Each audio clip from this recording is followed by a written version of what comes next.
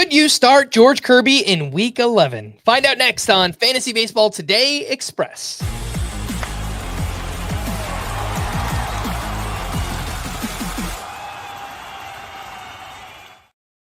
Welcome into FBT Express on Friday, May 30th. I am Frank Stampfl, joined by Chris Towers, and let's preview Week 11, beginning with the schedule.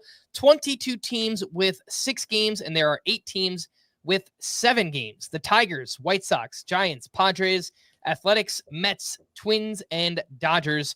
What about the Rockies for next week? They have 6 games, 3 on the road at Miami, and then 3 in Coors Field against the Mets. Start or sit these 2-star pitchers, yes, no, or points league only.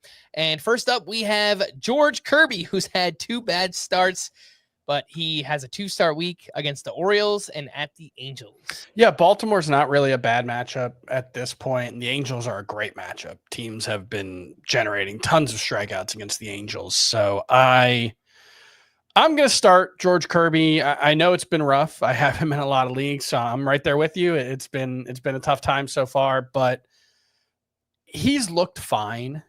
You know, I think the stuff has looked okay, and it's just been execution. So he's going to get back on track at some point. I'm not going to sit him in a 2-star week. What about Cade Horton, who is at the Nationals and at the Tigers? Yeah, this one's tougher because Horton is kind of iffy in terms of the talent right now. He's definitely had some flashes, but it's not like he's been utterly dominant. And the Washington Nationals and Detroit Tigers aren't great matchups at this point. Washington more so a good matchup, but not a great one. I lean towards starting Horton, but feel more comfortable with it in a points league. All right, next 2 are on the same team. They have the same matchups. Tyler McGill and Griffin Canning at the Dodgers and at the Rockies. This one's legitimately tough because it'd be one thing if it was at the Dodgers versus the Rockies, but it was out of Coors Field, because then you could feel very confident and just hope you weather the start against the Dodgers, because the start versus the Rockies should be great. But Coors Field is an unknowable factor, because the Rockies lineup is terrible and they are not scoring a lot of runs at Coors Field, but they're still like middle of the pack in runs scored at Coors Field. And you just don't know how pitchers are going to react to Coors Field. That's the biggest thing. It's not even the matchup. It's you don't know how these guys' pitches are literally going to move in Coors Field. So because McGill never goes deep into games, he has 1 start of at least 6 innings this season, I'm inclined to sit him. And then Canning's, I think, an even easier call, because he starts on Tuesday. If he gets bumped back one day, the 2-start week's done, and it's just at the Dodgers, which you really want to avoid. So I think McGill and Canning, I'm going to try to avoid if I can. And last name on this list, Clayton Kershaw gets the Mets and at the Cardinals. Yeah, I think Clayton Kershaw is like 20 or like 70% rostered or something in CBS Sports leagues, and unfortunately he's 53%, so it's not as high, but it'll probably be that high next week. I hope I'm wrong, but I don't really think Clayton Kershaw has much left. I don't think he really matters much for fantasy. In a points league, if you want to start him with a 2-start week, that's fine, but I think I'd put him even behind McGill. Mm-hmm. All right, 2-star pitchers to add and stream for next week. We have Lance McCullers, who is at the Pirates and at the Guardians. Shane Smith home against the Tigers and Royals. Luis Severino home against the Twins and Orioles. Max Meyer home against the Rockies at the Rays. That's a tough one. Tomoyuki Sagano at the Mariners and at the Athletics. And Landon Roop home against the Padres, home against the Athletics. Chris, 2 names I want to ask you about here. Lance McCullers coming off a 12 strikeout performance. Are you on board with the stream for next week? And Max Meyer, we know he's been so bad over the past month or so.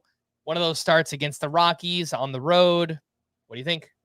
I think McCullers is probably actually better in roto than points. There's certainly some ERA risk that he just gets blown up, but he has not thrown very many pitches. I think his most recent start was the first time he had finished the 5th in any of his starts so far. So I just don't think you're going to get a quality start from him. I think the chances of a win are pretty low. So you're just starting Lance McCullers and hoping for some strikeouts in a roto league.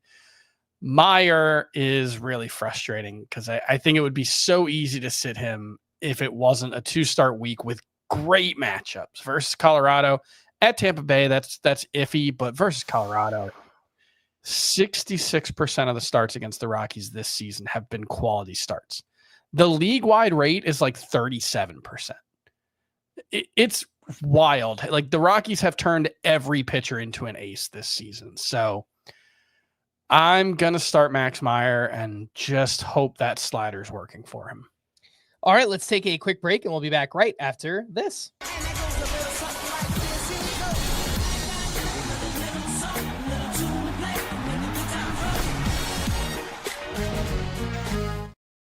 Welcome back into FBT Express. We're previewing week 11. 1-start streamers for next week. We have Ryan Weathers at the Rays, Hayden Birdsong home against the Braves, Michael Wacha is at the White Sox, and Jeffrey Springs is home against the Twins. Let's slide over to the hitters and the best hitter matchups for next week. Tigers, Mets, Twins, Mariners, and Phillies. The worst hitter matchups: Pirates, Blue Jays, Guardians, Giants, and D-backs. And with that said, the sleeper hitters for week number 11, we have Jonathan Aranda, who is heating up and just one lefty on the schedule. Miguel Vargas, who is having a huge May, 7 games on the schedule for next week. Chris, Miguel Vargas, 50% rostered, formerly big prospect. There is some pedigree there. Traded from the Dodgers to the White Sox. How much are you buying what he's doing? And look, 50% rostered, that feels kind of low, as hot as he's been. I'm relatively skeptical of what he's doing. I think the underlying numbers mostly back it up. The plate discipline's really good. He's been like a top 15 outfielder since April 19th. I was randomly looking that up for a different reason, and he was one that really stood out to me.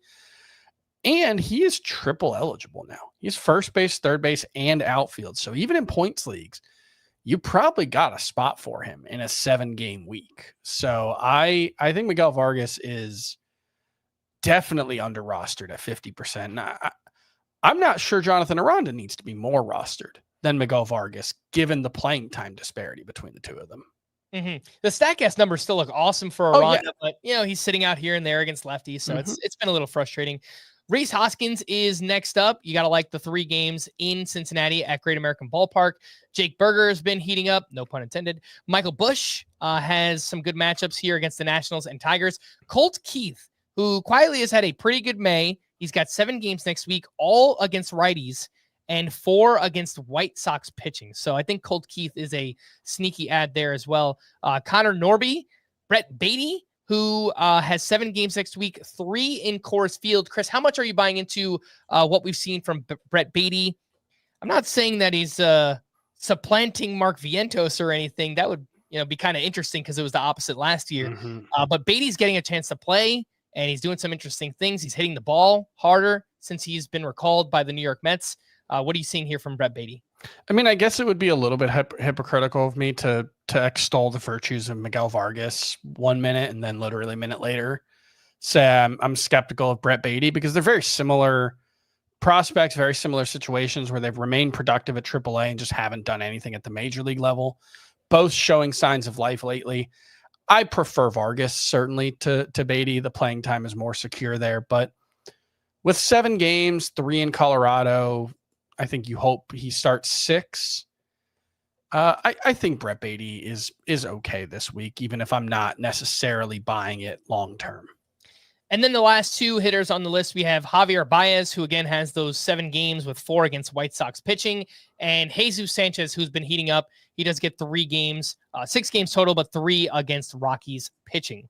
All right, for more extensive fantasy baseball coverage, listen to our full-length podcast, Fantasy Baseball Today, on Spotify, Apple Podcasts, or anywhere else podcasts are found. Thanks for listening to Fantasy Baseball Today Express, and we will be back again next week. Bye-bye.